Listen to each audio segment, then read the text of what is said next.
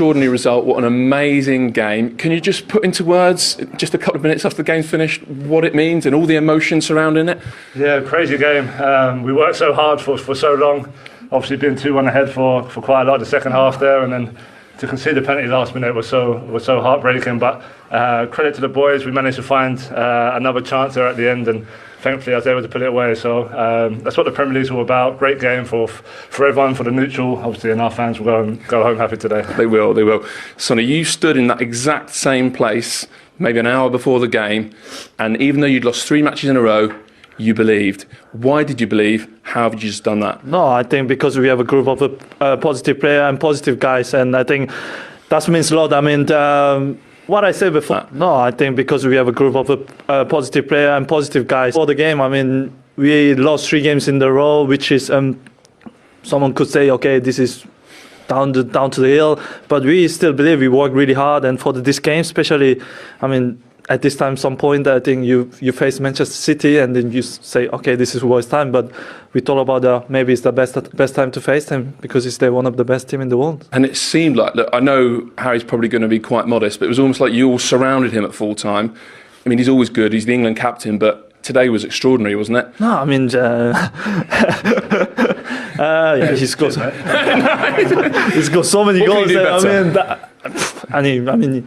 Sometimes, I mean, I was really sad at the start of season when he didn't score the goals and people was talking, and I was quite sad because he was working for the team and he was playing for the team. I mean, you could see today as well, he was working hard. He was with the defenders. I mean, it's just unbelievable player as well, but I mean, unbelievable guy, you know. I mean, alongside working with him is just it's a big honour.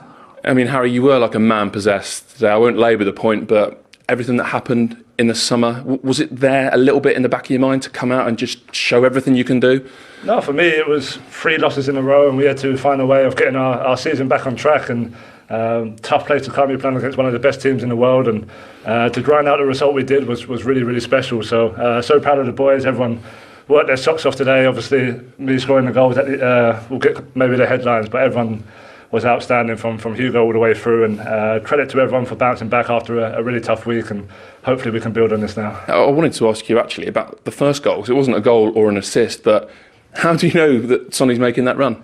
Yeah, no, that's credit. I give credit to the gaffer for that one. We worked a lot during the week. We had a week preparation, obviously, and we knew it was an area where we could hurt them, and obviously we connect really well. We have a great understanding on the pitch, and yeah, it was great to see that one come off. So it'd be nice in the video room tomorrow to watch that one back, because we've been working all week on it. Do you know actually, Sonny, but now after today, your assist for Harry's first goal, no 2 Premier League players have combined for more goals ever. This took you level with Drogba and Lampard. So we're waiting for long, isn't it? It feels like you've been nearly there for a while, doesn't it? True. But I mean, this is a great record. This is, I mean, historical. So I mean, I didn't do many things. This guy is just sometimes I cross the ball and he's inside box and finishing so well. So I mean, we're glad to have this record, and I mean, I hope many more to come as well. Yeah, there's some double act, aren't they? On the break, there's Harry there trying again. It's a misunderstanding there from Walker and Diaz. They should have been talking, but you see Kane played that ball that he gets in the box. That's the idea. What a finish that is. He's playing balls deep like he did for the first Spurs goal. But look at the ground that he's made up. Okay, the ball didn't come off, but he's not there admiring his pass. Look, he's getting in the box. He points, and the ball's put on a plate for him. But that is a wonderful finish, because it's a half volley. And if you look at it closely, he opens his ankle up, and he's hit it on the up. And he knows he has. This is not so good. He just knows he hasn't. Yeah, and at one point we thought there was a 2-goal advantage. But Ederson, who you rightly point out is praised with the ball at his feet, should be praised here for a save with his feet. Yeah, I mean, he's made some big saves over the course of the season, goes unnoticed at times, Steve, but that's a phenomenal save. I mean, Kane look back at it tomorrow, as he says, when he analyses, maybe if he lifts it, it's a goal, or puts it more in the corner, but give nothing away from Ederson. He makes himself massive there, and it's a fantastic save. And I felt at the time it might be a turning point for Man City, because, you know, they got back into the game, obviously got a late equaliser, but that was a big moment for Man City, but they just couldn't capitalise on it. No, and talking about big moments with goalkeepers, you criticised Hugo Lloris at half-time, but to prevent it going 2-2 at that stage, how good is this save? Yeah, it's a life of a goalkeeper, Steve. We talked about half-time. He's made a mistake, obviously, for the first goal, but this is why he's won the World Cup. This is a phenomenal save. He moves his feet super fast, a huge step, and at the end he gets a really strong hand to get it around the post. And that is, we talk about Harry Kane, and Harry Kane says he'll get the headlines tomorrow, but Hugo Lloris should get some headlines for that save. A brilliant save. I think what Shay's saying there, any young goalkeepers, the save's brilliant, but it's his feet. Because he moves his feet so quickly, allows him to get across and cover that angle. Whereas if you dive straight from there, you're not getting there. No, he's not. If you leave your ground from there, but you look at his feet movement. That little step there, now he's powering off his left leg there, Glenn. Yeah, and then he doesn't do that initial step, then the ball's in the net. Ball's in the back of the net, yeah. Harry Kane was right in the headlines. He thought he'd made it number 3. You did as well at the time, didn't you? I certainly did, yeah. I mean, this is fractions, and Kulusevski should be onside, should be alert. Just get yourself onside there. You've got everything inside of you. No one. You've got the linesman on, or Conte behind you, and the linesman. There's no need to be offside when you're the widest man on the pitch. Get yourself onside. If the ball's right, it's right. If it's wrong, it's wrong. But he brings it down. It's a great ball from Davis. Does the business here. Lovely. Gets a bit of a deflection, but what a good finish again from Harry Kane. Now they're celebrating as if, but nowadays with VAR, you're never quite sure, are you? And Taylor's mate, Rewarding. Well, I seen it obviously live, the very first picture when I seen it, Steve. I shouted penalty straight away. You two totally disagreed with me in the studio here. Hang on. But what I can say is... Glenn disagreed with you. Okay, Glenn disagreed. But his hand is in an unauthorised position. It's above his head. And I don't agree. Glenn off air said it was covering his face, but it's above his head. For me, it's a penalty. I think it's the right decision. And VAR gets criticised a lot. I think they made the right decision. Yeah, I think that's a decision that VAR will give. And as soon as Anthony Taylor goes over to the screen, he's going to give it.